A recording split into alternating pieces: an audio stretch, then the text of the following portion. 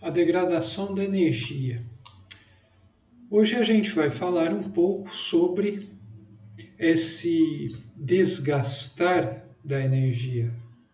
Quando a gente fala em degradação, é como se a coisa estivesse perdendo aquela coisa que a anima, né? Degradação, né?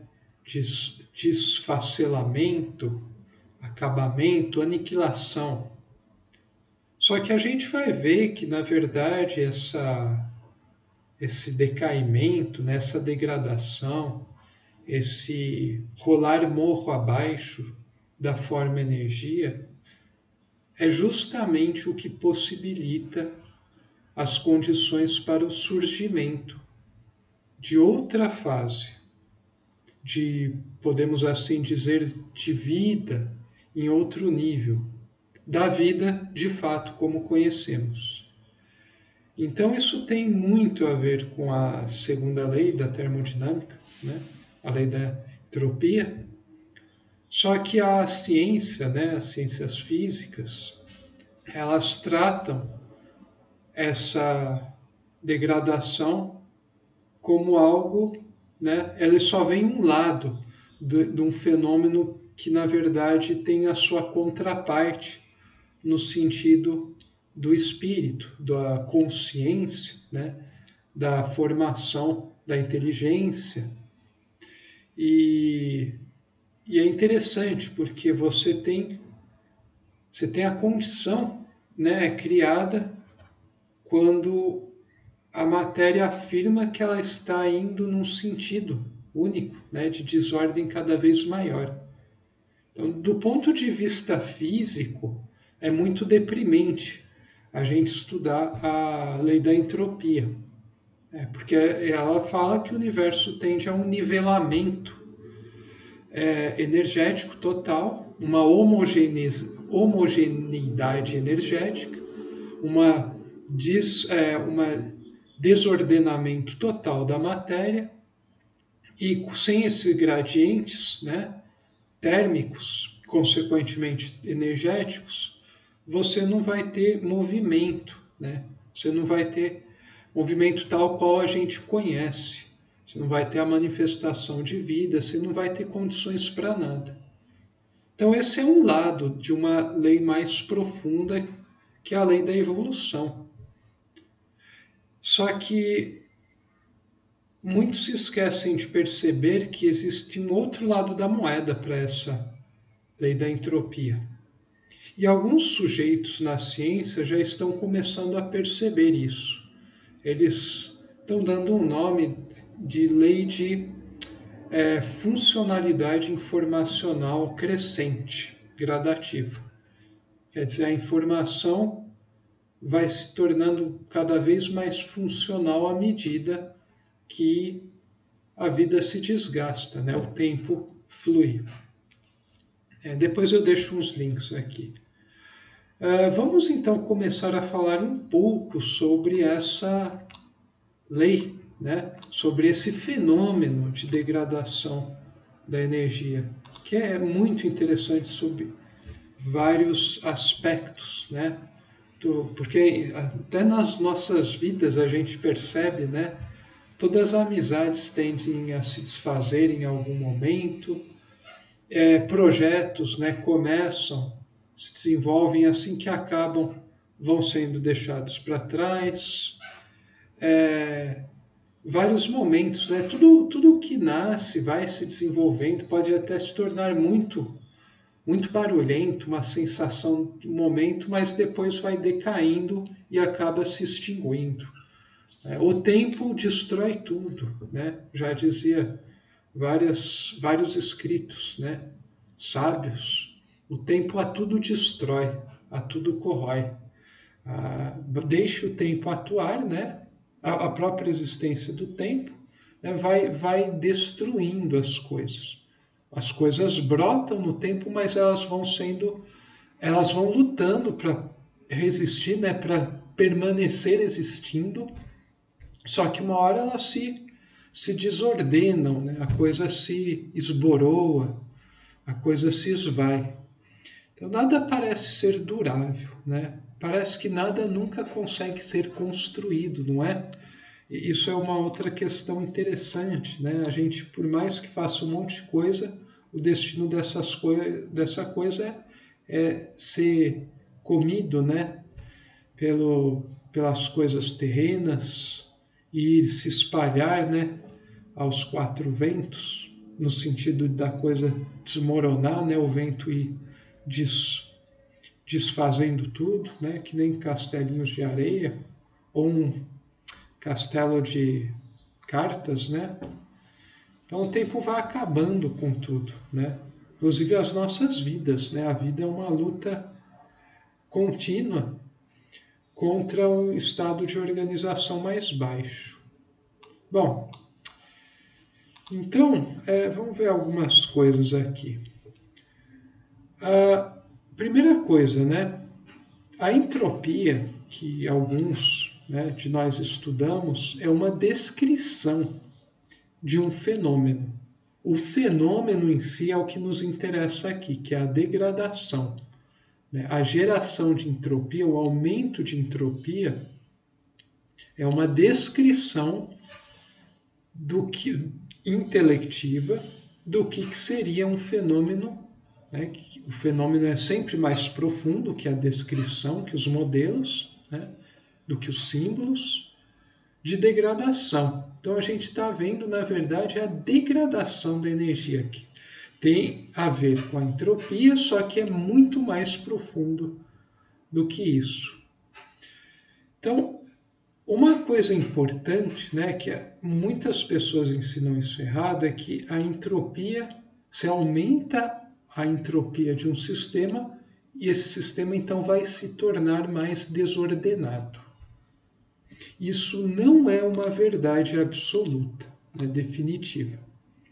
A não ser que o nível de inteligência que esteja avaliando aquele sistema seja constante, né, o nível de consciência não mude, daí você pode falar, né, que você aumentou a entropia, você aumentou a desordem, né, a desorganização do sistema. E desorganização sempre vai contra a funcionalidade. Quando você tem a matéria organizada de uma maneira a se tornar funcional, ou seja, a coisa pode cumprir uma função, você percebe que ela está altamente organizada. Né? Por exemplo, você pega um automóvel, se as peças não estiverem ordenadas com distanciamento tal, encaixadas de um jeito tal, funcionarem nos ritmos, no sequenciamento, por períodos exatos, né, ou muito próximos a isso, você não vai conseguir que o carro exerça a sua função, certo? Você pode ter todas as peças, as mesmas coisas que constituem um carro jogadas, espalhadas ou funcionando de forma não ritmada, né? Não harmônica. Você não vai ter algo funcional. Existem milhões de maneiras de organizar as partes de um carro de forma a fazer com que não ande. E existem pouquíssimas maneiras de organizá-las, de modo a você ter um carro que tem uma função de transportar coisas, pessoas, né? Então, funcionalidade está relacionado à ordem, a como eu organizo a matéria. Tá? E assim, o que eu vejo como funcional ou não vai depender do meu grau de consciência. Né? Vou dar um exemplo bem simples. Pega um homem pré-histórico e um ser humano hoje, né? O tipo médio, né? Uma pessoa instruída, que sabe ler e tal, básico, e um ogro. Aí você dá um texto para um sujeito. E o texto é sobre, sei lá, alguma dica sobre saúde ou sobre como economizar dinheiro, como aplicar dinheiro, uma nova receita de alguma coisa saudável, ou um curso básico de como aprender um instrumento musical, coisas do tipo. Aí você vai pegar esse texto, um pessoal tipo moderno, né, com certo grau de consciência, vai pegar e ver uma utilidade na coisa. Então para ele, aquele texto vai expressar, vai ter uma função, né? E isso vai remeter à ordem. Você pega para um homem pré-histórico, vai pegar esse pedaço de papel e vai olhar para ele, tanto faz como tanto fez. É só uma coisa com tinta escrita, né? Ele nem sabe falar, escrever, né? Que é um papel com tinta. Ele vai ver uma coisa lá, com um monte de coisinha preta, né? Simbolinho. Para ele, tanto faz. Ele vai passar, vai pisar, não faz a menor diferença. Para ele, não existe ordem aí, né? É o mesmo objeto, né? Com os mesmos símbolos, é exatamente igual tudo para esses dois indivíduos. Só que para um, a coisa vai ter um significado, vai ter uma funcionalidade. Então, funcionalidade aponta para a ordem. Tem coisa ordenada lá que confere uma funcionalidade para o homem atual, moderno. Enquanto que para o homem das cavernas aquilo não tem funcionalidade. A mesma coisa. Então, para um sujeito vê ordem nessa coisa e o outro vê desordem nessa mesma coisa. Então, vocês percebem que a gente não pode associar um aumento de entropia com um aumento de desordem necessariamente. A não ser que você esteja o mesmo tipo de consciência observando aquele sistema com aquele tanto de entropia. Então, você depende da inteligência também, que está avaliando, né, julgando o sistema em questão. Daí isso vai conferir ordem ou desordem. Desordem e ordem é um conceito relativo ao grau de inteligência do ser que avalia, melhor colocando. Então, assim, a entropia não mede, então, esse grau. Não é necessariamente desordem. Então, por isso, o termo degradação ele é muito mais coerente. Inclusive, eu vou deixar aqui na descrição um vídeo de um canal muito bom de ciência, que é a Verve Científica, onde o professor, né, que explica, a Eudes Filete, ele fala exatamente sobre isso, que ele esclarece que entropia não está relacionado à desordem, é uma definição equivocada.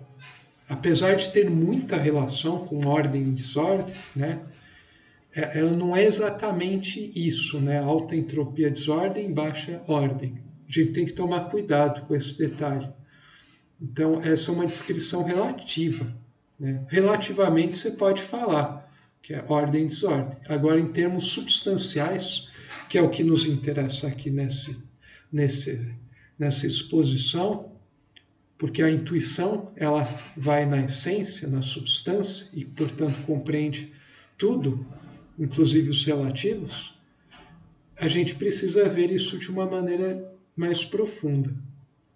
Então, olha só, o melhor aqui é falar que ela se relaciona com dispersão, né, ou degradação. Então, você está dispersando alguma coisa.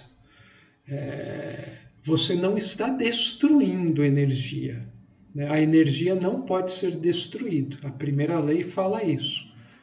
Tanto a matéria quanto a energia, elas não podem ser destruídas, mesmo porque matéria e energia são intercambiáveis, né? São uma mesma substância manifesta com um grau diferente, né? Grau vibratório diferente, né? Entre aspas, ou o tipo de movimento da substância é diferente. Então, tem muito mais a ver com dispersão. E daí aqui, né, o último ponto, que eu já adiantei, para a gente compreender essa entropia, a gente precisa colocar aqui o conceito de inteligência. Né? E inteligência, antes de terminar, lembrem-se que é muito mais amplo, né, profundo do que intelecto, racionalidade, a tal da consciência racional analítica. A inteligência, né? A intuição é um tipo de inteligência infinitamente superior ao intelecto. E por isso ela soluciona os problemas. Por isso, se uma humanidade for intuitiva, né, quando ela for intuitiva, que vai demorar um bom tempo, ela vai resolver, né, todos os problemas hoje que parecem um desafio enorme para o intelecto, a intuição vai resolver rápido, direto. Ela vai estar pensando em outras coisas que nem se imagina aqui, né? E não é uma questão de ter condições, né? De criar métodos, legislações, processos, formar comissões, fazer mais reuniões, mais teorias, mais malabarismos filosóficos. Não é. É uma questão de captar a essência dos fenômenos, que é o que a intuição faz. Mas isso é assunto, futuramente a gente vai falar mais a respeito disso. O nosso tema aqui é a entropia, né? Essa degradação da energia. Então, no próximo vídeo eu vou falar sobre... eu vou entrar com a questão da inteligência e dar alguns exemplos. A gente se vê lá. Abraços.